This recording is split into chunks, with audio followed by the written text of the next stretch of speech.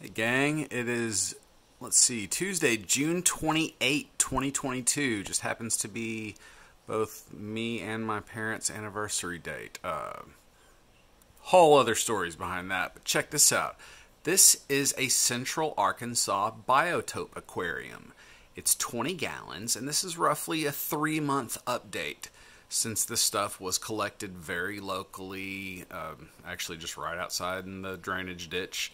What we have, Proserpinaca palustris, Arkansas, North American variety. We also have some Roripa aquatica. Let's see, that's this plant over here, as well as this one. There was a bit of cardamine. I don't think it did too well. There's a lot of Riccia fluitans, which is also known as crystal wort. And I should show you this from the above. It's so much prettier.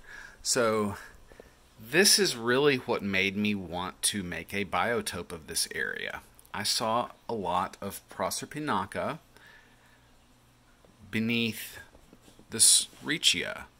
And it was just a really pretty small zone with pretty green stuff growing up into the Riccia. And I just about flipped my lid just seeing that this stuff was growing there, how beautiful it was and how delicate it seemed to be.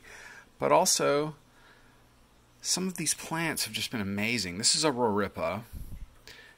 A leaf will come off and it doesn't care. It just grows a new plant. That's fine.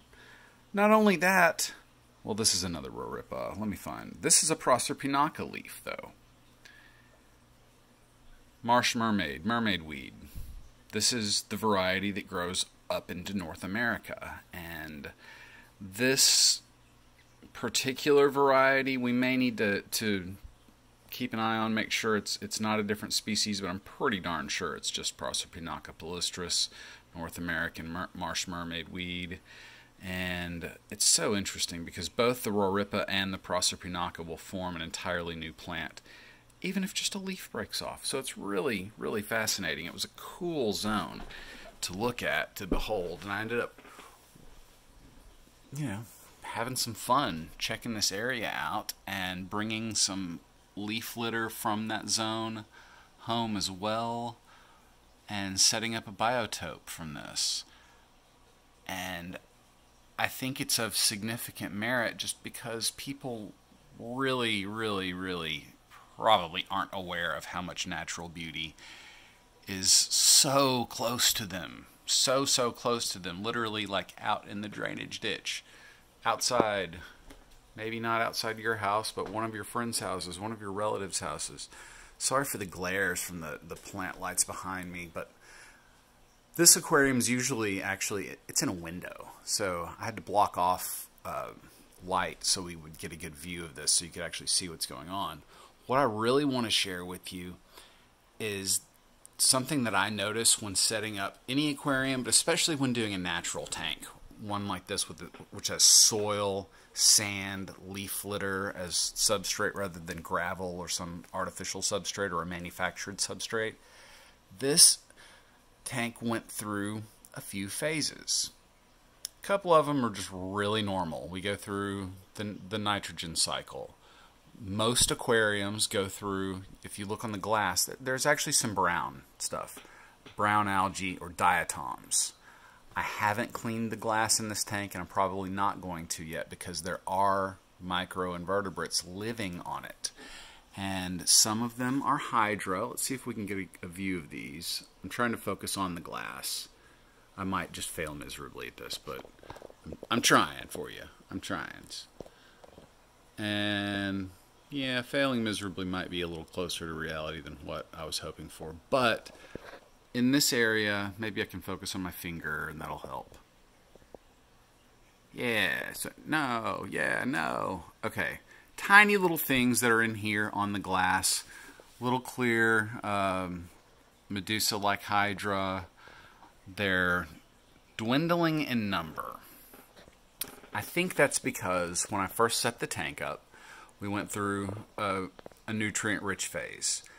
Then many of the free-swimming microinvertebrates that were literally so small I can't identify them without getting out the microscope, and I've only gotten the microscope out a couple of times for this project, but I'll probably do it again anyway. I'll try and actually share some video through the microscope lens and show you guys some of this native Central Arkansas ecology here. But we go through this phase of blooming as different organisms sort of see their time, their prime time, so to speak.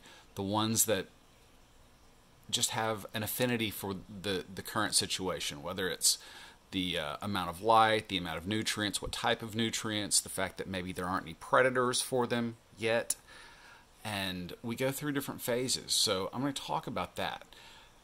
The first one I kind of hinted at is the diatoms on glass. Most aquariums, if you've got a healthy aquarium and you put water in it, just think of what a totally clean, like, let's say you build a brand new house and you hook it up to a water system and start using the toilet. When the toilet bowl starts filling, not the bottom, or the toilet tank, not the bowl, it's going to get this brown stuff in it. And it's like, well, what is that? Those are diatoms, and they're in your water system.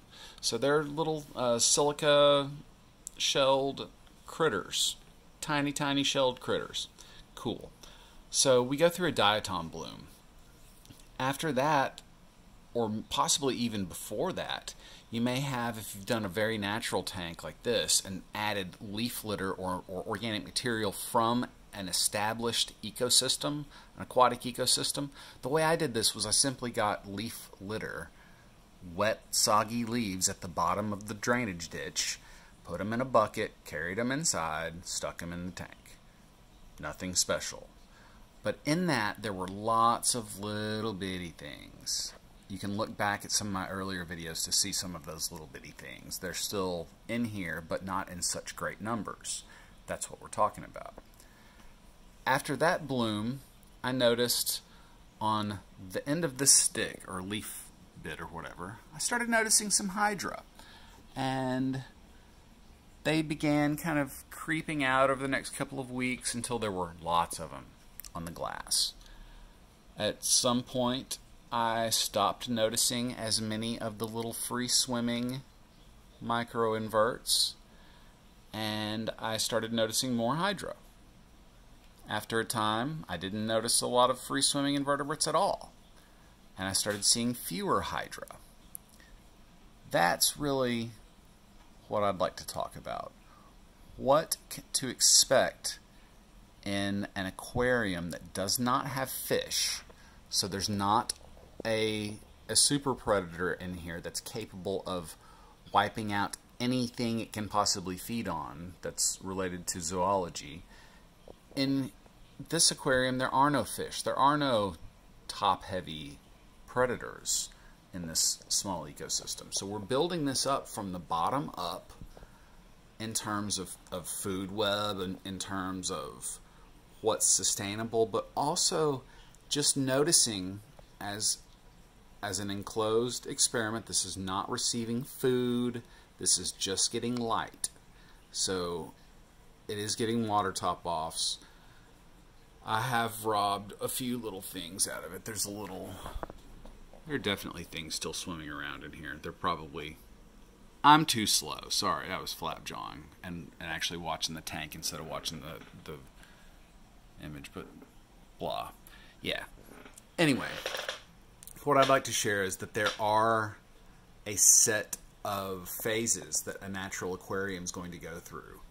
And if you allow it to do those, and people such as yourself and myself and other interested naturalists wish to really view this process and begin to catalog our experiences and share them with each other, I think we're going to find that there are just natural phases that we can expect, like the diatom phase, the Hydra phase, the first wave of the free-swimming invertebrates not really seeming to be as populous.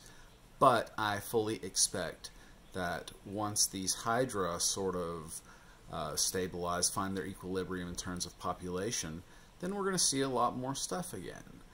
It's just a hypothesis, so if you'd like to follow along and see what happens in this native Central Arkansas 20-gallon Biotope tank, please do. Give me a like, subscribe, share this with your friends if you think anyone might find this interesting, and I will certainly give you some updates. But there's probably going to be some other projects and antics along the way. Catch you later.